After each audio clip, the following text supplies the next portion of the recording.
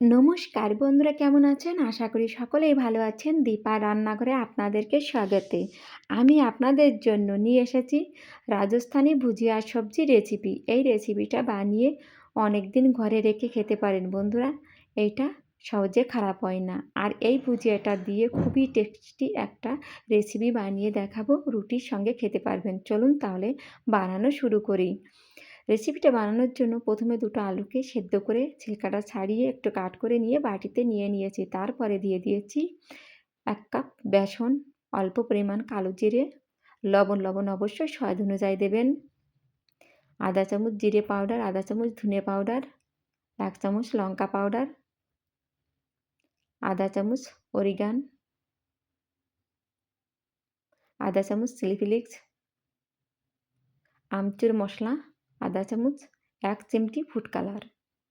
সম্পূর্ণ মশলাটা আমার দেওয়া হয়ে গেছে। এখন এইটাকে হাত দিয়ে চেপে চেপে সুন্দর করে মেখে নেব, যাতে আলুর কোনো দলা ভাবটা না থাকে। অবশ্যই সেদিকে খেয়াল রেখে সময় নিয়ে এটাকে আমি মেখে নিয়েছিলাম। তারপরে দিয়ে দিয়েছি অল্প পরিমাণ জল। এখানে জলের পরিমাণটা খুবই কম লাগে। আমি অল্প অল্প জল দিয়ে সুন্দর করে এটাকে মেখে নিয়েছি। এখানে আমি 5-6 চামচের মতনই জল ব্যবহার করেছি। দেখুন, আমি সুন্দর করে মেখে নিয়েছি। আমার মাখাটা হয়ে গেছে। একদম তুলোর মতো নরম করে সুন্দর করে মেখে নিয়েছি। মাখা হয়ে গেছে। একটা সসের বোতল নিয়েছি এটা ঢোকানোর জন্য, কারণ ভুজিয়া একটা শেপ দেওয়ার জন্য এইটাই আমার কাছে মনে হলো পারফেক্ট। আমি আস্তে আস্তে করে সুন্দর করে ঢুকিয়ে নিয়েছি। ঢোকানো হয়ে গেছে। এখন এর মুখটা টাইট করে লাগিয়ে নেব। আর এদিকে গ্যাসটা অন করে একটা কড়া আমি বসিয়ে দিয়েছি। কড়াটা যখন হালকা গরম, তারপরে দিয়ে দিয়েছি তেল। তেলটা হালকা গরম হয়ে গেছে। তারপরে আস্তে আস্তে করে সসের বোতলটা ধরে আমি সুন্দর করে ভুজিয়াগুলো সেটটা দিয়ে দিয়েছি। এখন এটাকে এপাশ ওপাশ উল্টিয়ে লাল লাল করে ভেজে নেব। দেখতে কতটা সুন্দর লাগছে না বন্ধুরা? খেতেও অসাধারণ। আমি এপাশ ওপাশ উল্টিয়ে সুন্দর করে ভেজে নিয়েছি। ভাজা হয়ে গেছে। এখন এটাকে তুলে একটা প্লেটে নিয়ে নেব। এভাবে সম্পূর্ণ ভুজিয়াগুলো আমি ভেজে নিয়েছি। সম্পূর্ণ ভুজিয়াটা আমার ভাজা হয়ে গেছে। দেখুন কতটা সুন্দর লাগছে, আর খেতেও অসাধারণ লাগে। আমি দেখাচ্ছি গুঁড়ো করে, একদম মচমচে। আর রেসিপিটি পছন্দ হয় লাইক, কমেন্ট, শেয়ার ও সাবস্ক্রাইবার করে আমার পাশে থাকবেন। এখন আমি এই ভুজিয়াগুলোকে একটু চেপে চেপে গুঁড়ো করে নেব। এর থেকে আমি সবজি বানিয়ে দেখাবো আপনাদেরকে। গুঁড়ো করে এইটাকে এক সাইডে রেখে দিয়েছি। আর এদিকে গ্যাসটা অন করে একটা প্যান আমি বসিয়ে দিয়েছি। প্যানটা হালকা গরম হয়ে গেছে। তারপরে 2 চামচ তেল দিয়ে দিয়েছি। তেলটা গরম হয়ে গেছে। ফোড়নে দিয়ে দিয়েছি জিরে আর তেজপাতা।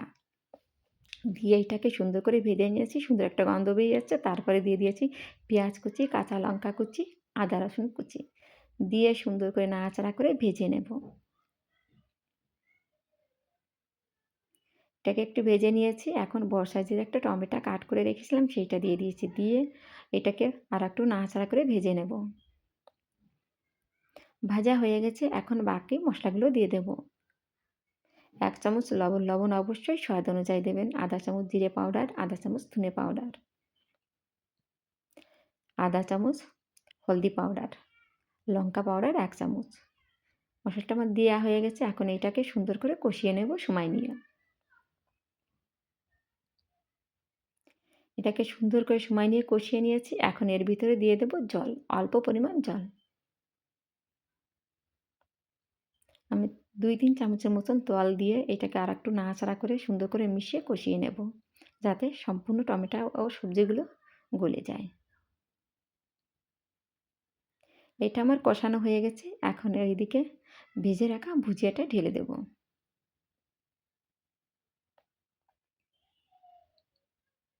ভুজিয়াটা দেওয়া হয়ে গেছে। প্রথমে সুন্দর করে মশলার সঙ্গে আমি মিশিয়ে নেব।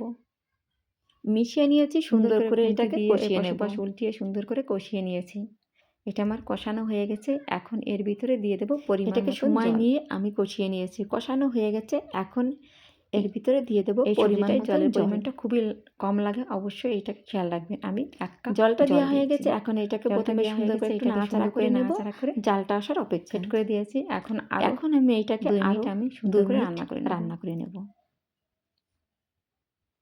2 মিনিট এই হয়ে সবজিটা গেছে, বানাতে এখন টাইম ঢাকা লাগে না দিয়ে বন্ধুরা, এটাকে ঝটপটই লো হয়ে যায়। ফ্লেমে আমি দেখুন জালটা আরও এসে 2 গেছে, মিনিট এখন রেখে এটাকে দেব। ভালো করে এই নাড়াচাড়া সবজিটা করে নিয়ে রান্না করতে টাইম সেট লাগে করে না। দিয়েছি। সেজন্য এখন অবশ্যই এটাকে ঢাকা এটা দিয়ে খেয়াল 2 রেখে রান্না মিনিট লো করবেন। ফ্লেমে রেখে দেব।